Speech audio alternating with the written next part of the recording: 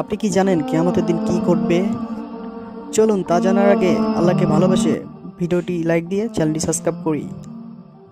তো বন্ধুরা, কিয়ামত যখন কাছে চলে আসবে, সূর্য পশ্চিম দিক থেকে উঠবে। ঠিক সেই দিন বা পরের দিন মক্কার কৈতুল ফেটে যাবে।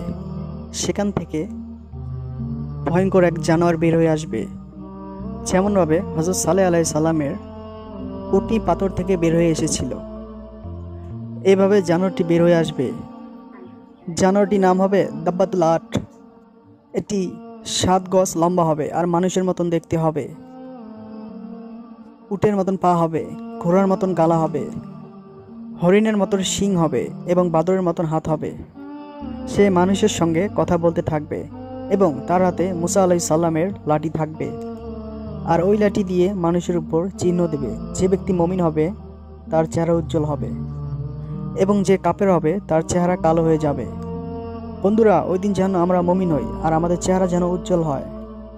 আমিন। আল্লাহ তাআলা আমাদের সবাইকে হেফাজত করুক এবং আমাদের ইসলামিক চ্যানেল আল্লাহর পথ চ্যানেলটি সাবস্ক্রাইব করবেন, ভিডিওটি লাইক দিয়ে শেয়ার করতে ভুলবেন না এবং সাথে সাথে আমাদের সঙ্গেই থাকবেন। আল্লাহ হাফেজ। নেক্সট ভিডিও দেখার জন্য সাবস্ক্রাইব মাই চ্যানেল।